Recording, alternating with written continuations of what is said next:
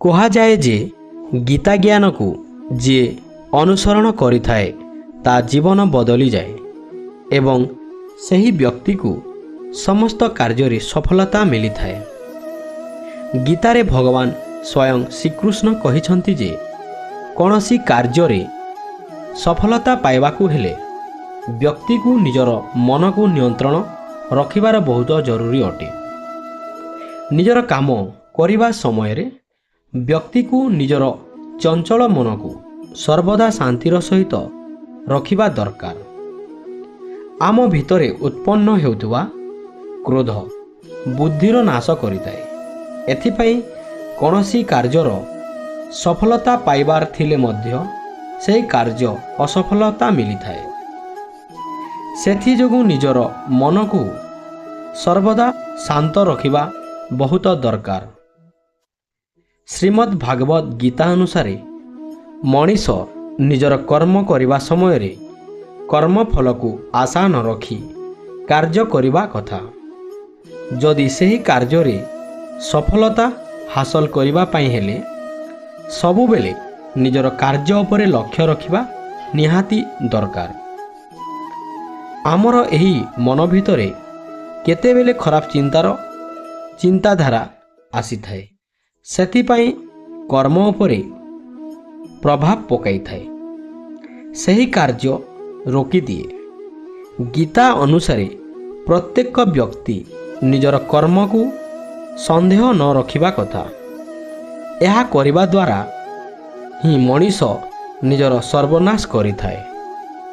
ଏଥିପାଇଁ କୌଣସି କାର୍ଯ୍ୟ ପୂର୍ଣ୍ଣ ରୂପେ ସଫଳତା ହାସଲ କରିବାକୁ ହେଲେ ନିଜର କାର୍ଯ୍ୟ ଉପରେ ସବୁବେଳେ ବିଶ୍ୱାସ ରଖି କାର୍ଯ୍ୟ କରିବା ଦରକାର।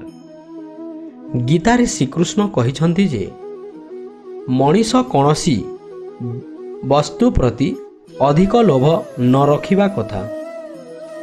ଏହି କାରଣରୁ ହିଁ ସର୍ବଦା ଦୁଃଖ ପାଏ ଏବଂ ନିଜର କାର୍ଯ୍ୟରେ ସଫଳତା ହାସଲ କରିପାରେ ନାହିଁ। ଏଣୁ ଅଧିକ ଲୋଭ କରିବା ଦ୍ୱାରା ମଣିଷ କ୍ରୋଧର ଜାତ ହୁଏ। ଏହି କାରଣରୁ ମଣିଷ ନିଜର କର୍ମ ଉପରେ କେନ୍ଦ୍ରିତ କରିପାରେ ନାହିଁ।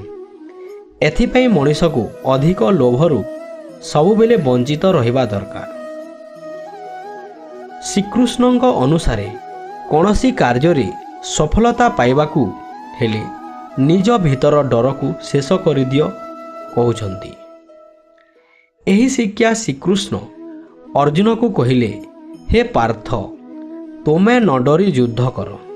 ଯଦି ତୁମେ ଯୁଦ୍ଧରେ ମରିଯାଅ ତୁମକୁ ସ୍ୱର୍ଗ ପ୍ରାପ୍ତ ହେବ ଓ ଯଦି ଯୁଦ୍ଧରେ ଜୟ କରିଦେଲ ତୁମେ ଏହି ପୃଥିବୀରେ ରାଜ କରିବ। ଏଥିପାଇଁ ତୁମେ ନିଜର ମନକୁ ଦୃଢ଼ କର ଓ ଡରକୁ ଶେଷ କରିଦିଅ। ତୁମେ ଡରୁଛ, ବିଭତ୍ସ ହେଉଛ।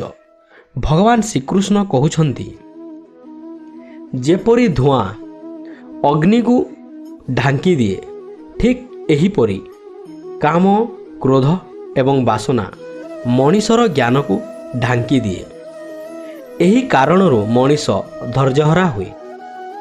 ଏଥିପାଇଁ ନିଜର କ୍ରୋଧକୁ କାବୁ କରିବାକୁ ଶିଖ। କ୍ରୋଧ ଆସିଲେ ମଣିଷ ନିଜର ନିୟନ୍ତ୍ରଣ ହରାଇ ବସେ ଏବଂ ଏହା କାରଣରୁ ମଣିଷ ଖରାପ କାର୍ଯ୍ୟ କରିଥାଏ। କ୍ରୋଧରେ ନେଇଥିବା କାର୍ଯ୍ୟ ହିଁ ଭୁଲ ଅଟେ। ସେହି ଯୋଗୁଁ ମଣିଷ ପଛରେ ପଶ୍ଚାତାପ କରିଥାଏ। ଯେଉଁ ମଣିଷ ନିଜ ମନ ଓ କ୍ରୋଧକୁ ନିଜର ଆୟତ୍ତରେ ରଖିପାରେ ସେହି ବ୍ୟକ୍ତି ହିଁ ସବୁ କାର୍ଯ୍ୟରେ ସଫଳତା ହାସଲ କରିଥାଏ।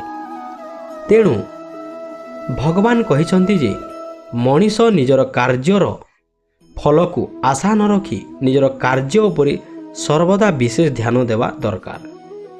ଯେ ପର୍ଯ୍ୟନ୍ତ ମଣିଷ ନିଜକୁ ଚିହ୍ନି ପାରିନାହିଁ ସେ ପର୍ଯ୍ୟନ୍ତ ତା ସହିତ ଯୋଡ଼ି ରହିଥିବା କୌଣସି କାର୍ଯ୍ୟ ପୂର୍ଣ୍ଣ ରୂପେ ସଫଳତା ମିଳିନଥାଏ। ଏଥିପାଇଁ ମଣିଷକୁ ଆତ୍ମମନ୍ଥନ କରିବା ନିହାତି ଦରକାର। ଆତ୍ମଜ୍ଞାନ ଦ୍ୱାରା ମଣିଷ ଜ୍ଞାନ ଓ ଅଜ୍ଞାନର ପ୍ରଭେଦକୁ ଜାଣିପାରେ। ସେଥିପାଇଁ ଶ୍ରୀକୃଷ୍ଣ କହୁଛନ୍ତି ଯେ ଆତ୍ମଜ୍ଞାନ ହିଁ ମଣିଷର ପବିତ୍ର ଜ୍ଞାନ। ଏହି ଜ୍ଞାନ ଦ୍ୱାରା ସେ ନିଜର କାର୍ଯ୍ୟକୁ ସିଦ୍ଧି କରିପାରିଥାଏ ଏବଂ ସେ ଆଗକୁ ଯାଇ ବହୁତ ସମସ୍ୟାର ସମାଧାନ କରିଥାଏ।